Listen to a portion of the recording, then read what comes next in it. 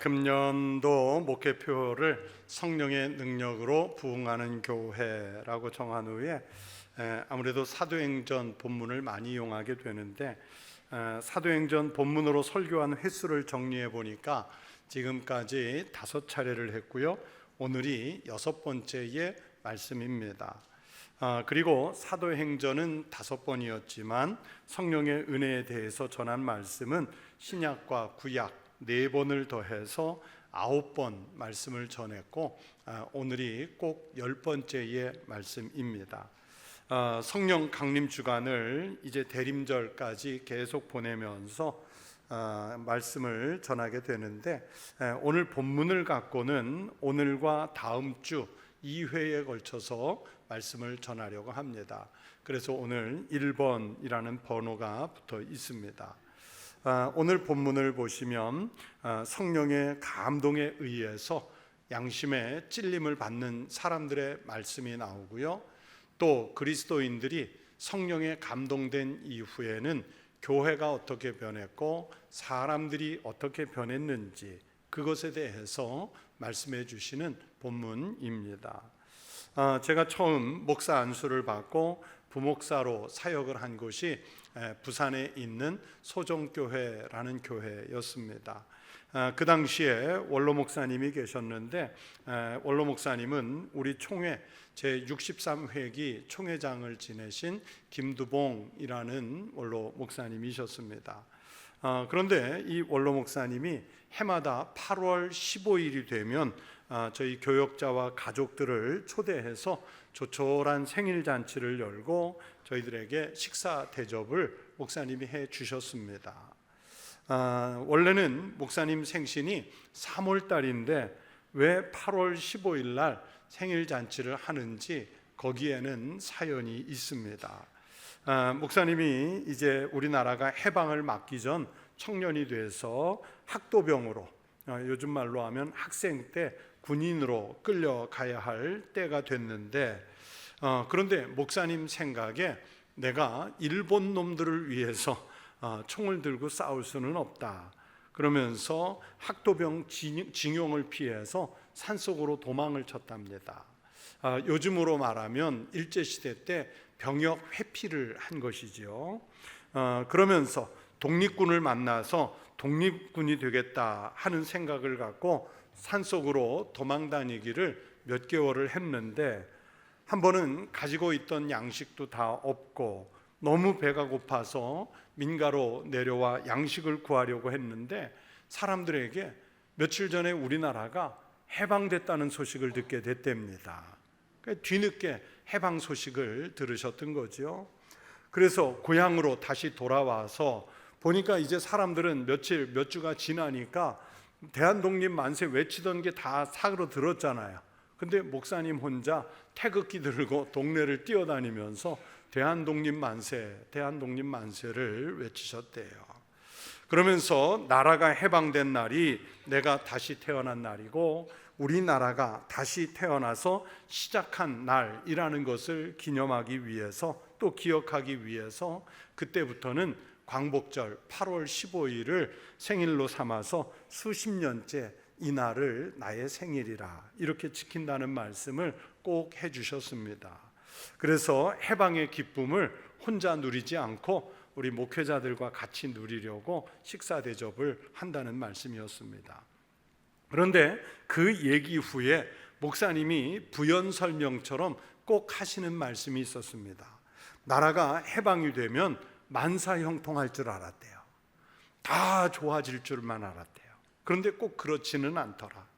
전쟁을 치르느라고 나라가 초토화되고, 또 전쟁이 끝나니까 국민들은 갈라져서 갈등하고, 그러면서 정치적으로 유신헌법이 선포가 돼서 나라 전체가 피폐해지는 이런 모습을 많이 목격했다. 그러면서 아쉬워하셨어요. 목사님은 유신헌법 시대에 총회장을 하시면서 정권에 대항해서 우리 교단과 총회를 지키시느라고 정말 애쓰신 목사님으로 우리 교단 역사에 기록이 되어 있습니다.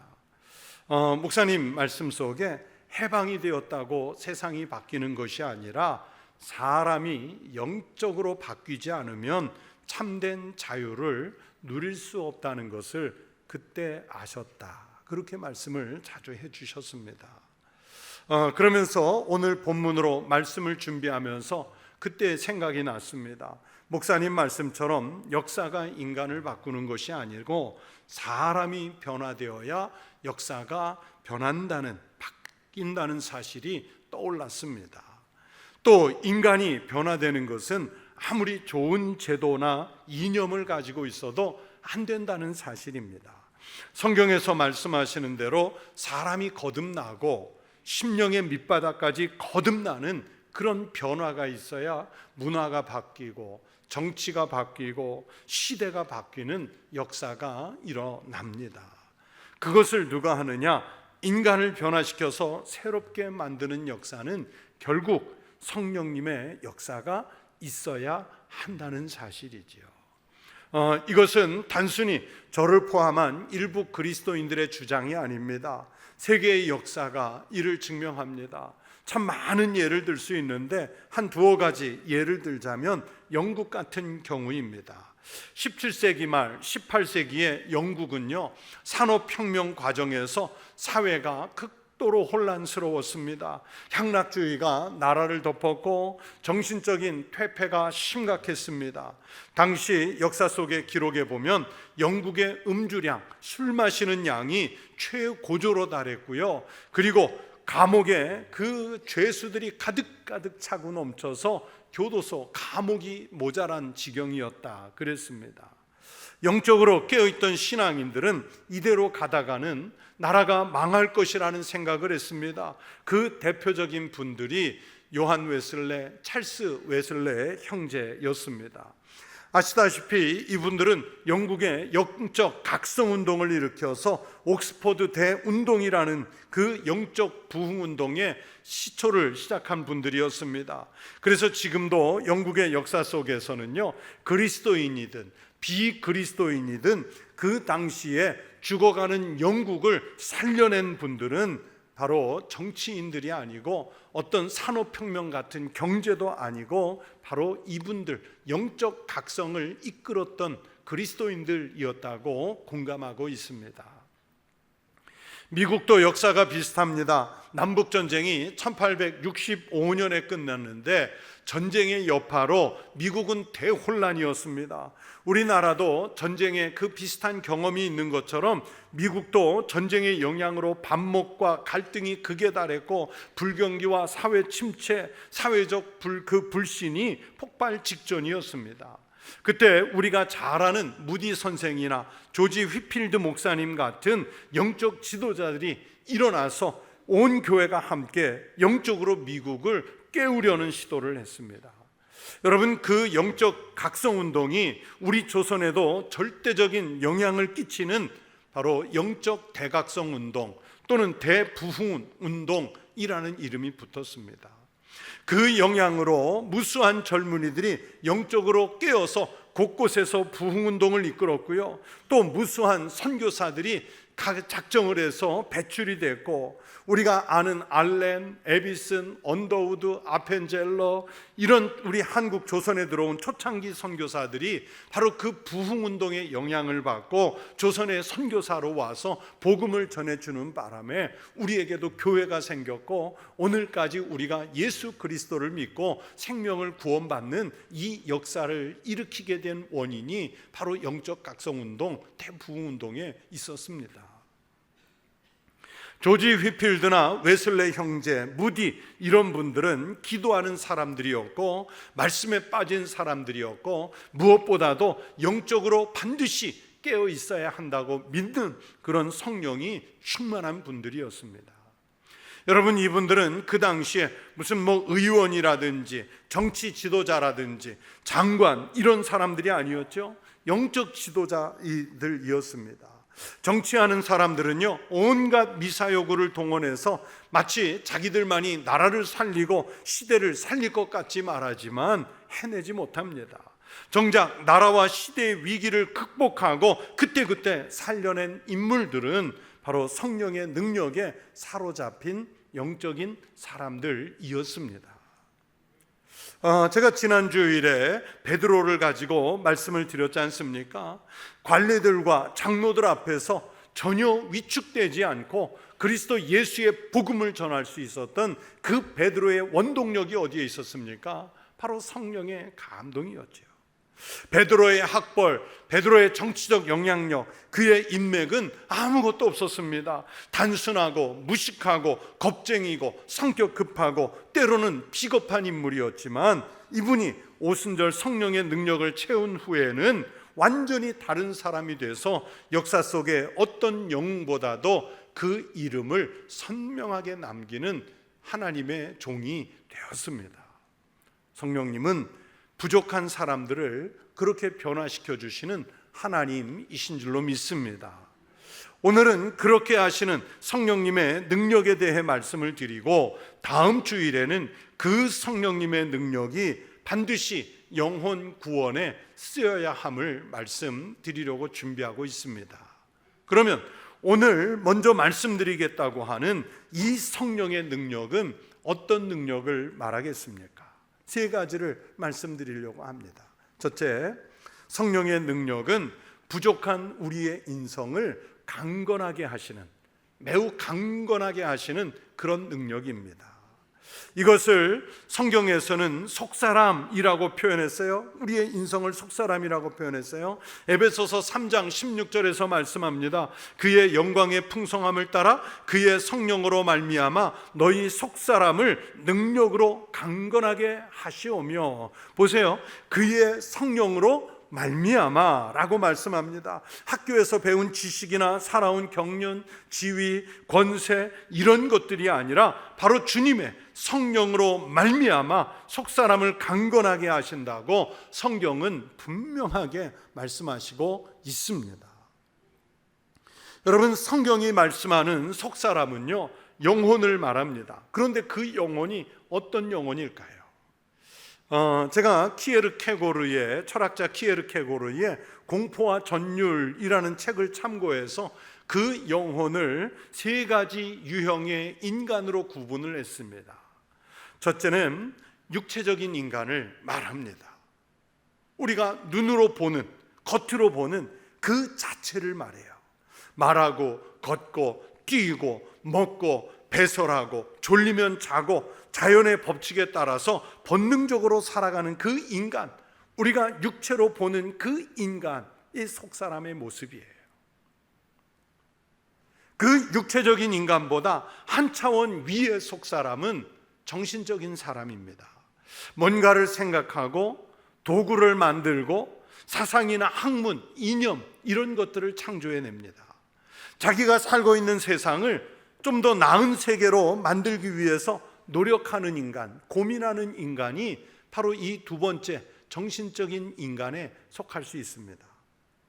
세 가지 유형에서 가장 정점에 있는 인간은 바로 영적인 사람입니다. 하나님이요, 인간을 만드실 때부터 인간에게 넣어주신 생명, 흙으로 모양을 빚었다고 해서 그게 사람이 되지 않았잖아요. 주님께서 우리 코에 생명, 생기 이것을 불어넣어 주심으로써 우리가 사람이 됐어요. 이것은 하나님의 영입니다. 올해 신년 첫 주일에 에스겔 37장으로 말씀을 전하면서 하나님께서 에스겔을 마른 뼈들이 가득한 골짜기로 데려가서 그 뼈들이 일어나게 하고 그 뼈에 살을 붙이고 그 뼈에 그 핏줄을 넣어 주신 다음에 사방으로부터 생명이 불어오게 하셔서 큰 이스라엘의 군대로 만들어내는 역사를 일으키시지 않습니까? 바로 그 불어넣어 주신 생명의 영, 그것을 말합니다. 우리 인간이 하나님과 소통하기 위해서는요, 육체적으로 안 됩니다. 정신적으로 아무리 고상하고 아무리 많이 배워서 지식의 수준이 높다 해도 안 됩니다. 오직 영혼을 통해서만 하나님과 교통할 수 있습니다. 그런데 문제는 하나님과 교통해야 할 우리 영혼이 죄로 오염이 되어서 이제는 하나님과 제대로 소통할 수가 없게 됐어요. 여러분, 성령님의 충만함이 왜 필요합니까? 바로 하나님과의 막힌 소통이 그 통로를 다시 열기 위해서입니다. 그래서 축도할 때 예수님의 은혜, 하나님 아버지의 사랑을 넣고 그러면서 성령의 교통하심, 소통하심을 꼭 넣지 않습니까? 즉 성령님은 우리의 가장 중요한 속사람인 영혼을 새롭게 만드시고 강건하게 해주시는 능력을 주시는 하나님이신 줄로 믿습니다. 이 속사람이 강건해져야, 그래야 여러분이 예배를 드릴 때 예배도 바르게 드릴 수 있고요, 또 기도하실 때 기도도 바르게 할 수 있고, 하나님의 말씀 성경을 읽어도 바르게 받을 수가 있고, 교회에서 봉사도 제대로 할 수 있고, 이웃들 속에 들어가서도 우리가 그리스도인으로서 바르게 표현이 될 수가 있습니다. 그러니까 영혼을 세상 일에 빼앗긴 채로, 하나님이 아닌 다른 사람에게, 다른 관심에게 빼앗긴 채로는요, 그 속사람이 강건해질 수가 없습니다. 성도 여러분, 성령님은 내 속사람을 치료하시는 능력이 있으신 줄로 믿습니다. 여러분의 영혼을 강건하게 하십시오. 성령님에게 맡긴 내 영혼이어야 내 육신의 본능이 제멋대로 살지 않도록 그 능력으로 통제도 하고 가장 선한 길로, 하나님이 기뻐하시는 길로 우리를 인도해 주실 줄로 믿습니다. 또 두 번째, 성령님의 능력을 덧입으면 우리에게 소망을 주셔요. 성령님이 우리에게 소망을 주셔요. 로마서 15장 13절에서 말씀하셨습니다. 소망의 하나님이 모든 기쁨과 평강을 믿음 안에서 너희에게 충만하사 성령의 능력으로 소망에 넘치게 하시기를 원하노라. 여러분, 인생을 살면서 소망을 품은 사람과 소망을 전혀 품지 않은 사람은요, 인생을 대하는 차이가 분명히 있습니다. 특히 고통의 순간을 맞았을 때, 아니면 절망의 때를 맞았을 때, 아니면 인생을 살다가 예기치 못한 큰 실패를 당했을 때, 소망이 있는 사람과 소망이 없는 사람이 그 인생을 대하는 것은 엄청난 차이가 있어요. 예를 들어서 큰 질병을 진단을 받았을 때 아무리 그리스도인이라고 그래도요, 소망이 없는 사람은요, 교인들 중에도 보면 머리 싸매고 눕습니다. 아이고 이제 나 죽네 막 그러면서 누워요. 그러나 소망이 있는 사람은 주님께서 이 고난을 통해, 이 질병을 통해, 이 아픔을 통해 우리에게 도대체 어떤 복을, 어떤 은혜를 주시려는가, 하나님의 은혜를 기대해 보게 되지요. 그러면서 주님께서 이루실 역사를 믿기 때문에 그 어떤 고난 앞에서도 담대하게 그것을 마주하게 됩니다. 저희 부부 이야기를 말씀드려 죄송합니다. 경험한 간증이니까 양해하고 받아주시면 감사하겠어요. 한 12년 전인데 저는 관상동맥이 다 막혀서 한 3차례 스텐트 시술을 해야 되는데 1차 시술을 빨리 해야 한다는 진단을 받았고, 같은 주간에 제 아내는 같은 병원에서 암 판정을 받았어요. 그래서 수술을 앞두고 있었습니다. 그때 우리 교인들, 가족들 걱정 끼치지 말자 하면서 저희 가족들 아무에게도 알리지 않았고, 교인들 아무에게도 알리지 않았어요. 그리고 우리 교역자들조차도 제가 입원했다 퇴원할 때까지 아무도 몰랐어요. 그냥 목사님 어디 잠깐 다녀오셨나 보다. 그렇게 제가 먼저 시술을 마쳤고, 그리고 아내가 그 주간에 수술을 해야 했는데, 여러분 그때 수술과 입원, 그리고 그 이후에 항암 치료를 하고 방사선 치료를 거치는 과정이요, 여러분 본인이 암에 걸려 보셨거나 아니면 가족 중에 암이 있어서 항암 치료를 겪어보신 분들은 이 과정이 얼마나 고통스러운지 아시잖아요. 자다가 말고 수치가 너무 올라가서 막 새벽 2, 3시에 응급실로 대전까지 몇 번을 갔는지를 몰라요. 그때 아내가 수술을 앞두고 걱정하는 체계, 저는 목사여서 성도들에게 큰 병이 걸려도 하나님이 함께 하십니다. 걱정하지 마십시오. 힘내십시오. 말은 하는데 막상 우리가 닥치니까 이게 걱정이 되고 정말 근심이 돼요. 이 수술을 잘 이기고 이후의 치료 과정을 이겨낼까 걱정이 돼요. 그런데 수술실로 들어가면서 그냥 걱정으로 한숨 짓는 제게 아내가 말하는 거예요. 하나님을 믿는 그리스도인이 어떻게 암과 그 수술과 치료의 과정을 잘 이겨낼 수 있는지 내가 모범을 보일 테니까 안심하고 기다리라는 거예요.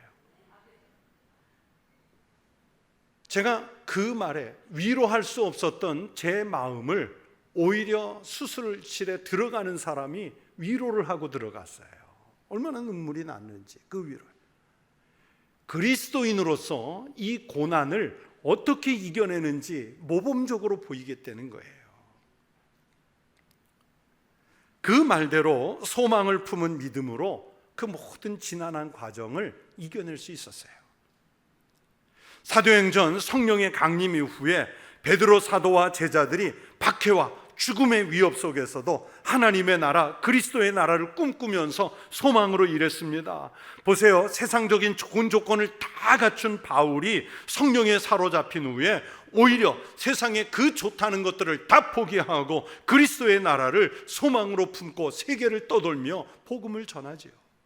그렇게 성령님이 주시는 소망이 있으면 긍정적이고 희망적인 삶을 살 수 있는 능력을 얻게 될 줄로 믿습니다. 성도 여러분, 성령님의 은혜가 충만하시길 축원합니다. 그리고 그 소망의 권능으로 세상을 이기고 살아가시기를 축복합니다. 세 번째, 성령님은 우리에게 능력을 주시는 하나님이십니다.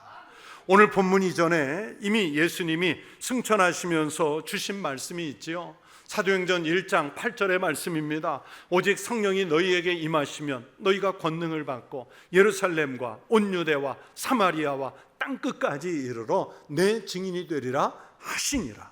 오직 성령이 너희에게 임하시면 너희가 무엇을 받고요? 권능을 받고.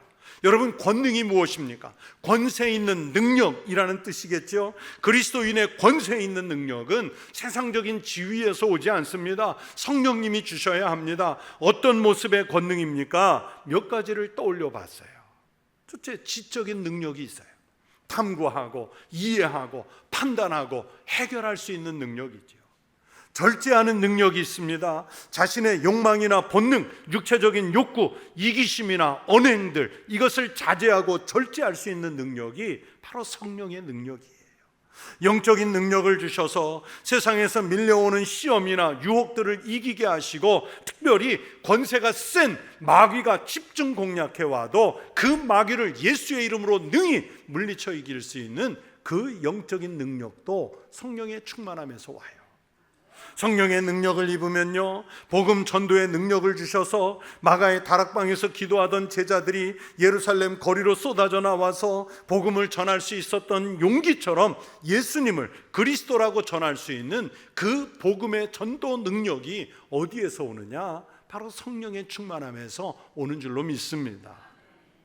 여러분, 지난 주일에 말씀드린 베드로 사도를 다시 떠올려 보십시오. 이의 출신은 이스라엘 북쪽 갈릴리 출신입니다. 직업은 그 당시에 천한 어부였습니다. 성격은 급하고 직선적이고 때론 비겁한 인물이라고 그랬죠. 예수님을 3년 동안 따라다녔지만 그리스도에 대한 확신이 없었습니다. 그랬던 베드로가 오순절 성령 강림 역사 후에 무서운 것이 없어졌습니다. 어떻게 갑자기 사람이 그렇게 변했습니까? 죽을 때가 가까워져서인가요? 아니지요. 성령의 능력이 함께 하신다는 것을 이제 믿고 있기 때문입니다.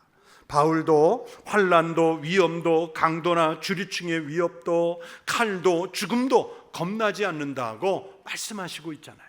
성령이 함께 하심을 믿고 있기 때문입니다. 종교개혁지를 순례하면서 독일의 보름스라는 도시를 간 적이 있습니다. 신학생들이 매우 중요하게 생각하는 도시인데요. 종교개혁자인 루터가 교회에서 파문을 당하고 이제 자기 주장을, 그 개혁적 주장을 다 취소하라는 압력을 받으면서 당시에 까를 5세 황제 앞에서 직접 재판을 받은 그 교회가 있는 장소가 보름스예요.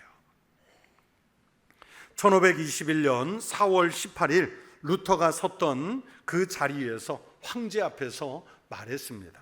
매우 긴 이야기인데 제가 핵심 되는 요절만 짧게 정리했습니다. 나는 여기에 서 있습니다. 내 양심은 하나님의 말씀에 사로잡혀 있습니다. 나는 아무것도 초래할 수 없고 또 그럴 생각도 없습니다. 왜냐하면 양심에 반해서 행동하는 것은 안전하지도 못하고 현명하지도 않기 때문입니다. 주여 이 몸을 도우소서. 아멘. 여러분, 하나님의 함께 하심을 믿으면 황제가 아니라 황제 할아버지 앞에서도요 이 담대한 외침을 말할 수 있는 거예요. 세상은 자꾸 좋은 게 좋은 것이라면서 타협을 요구하고 양보를 요구합니다. 그러면 그리스도인들은 세상의 환경에 주눅이 들어서 그냥 수그러들려요. 그러나 베드로를 비롯한 사도들도, 바울도, 종교개혁자들도, 우리 한국교회 믿음의 선진들도 성령에 사로잡혀서 그 위기를 이겨냈습니다. 우리는 보통 성령의 능력이라고 하면 방언을 말한다든지, 병을 고치는 신유의 은사를 말한다든지, 환상을 본다든지, 미래를 예측하여 예언한다든지, 그냥 겉으로 나타나는 현상만 생각할 때가 많습니다.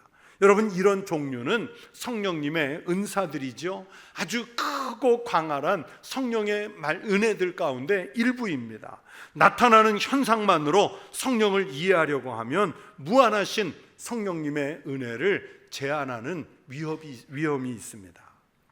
성도 여러분, 오늘 성경의 말씀처럼 성령의 능력은 사람을 바꾸어 놓을 수 있습니다.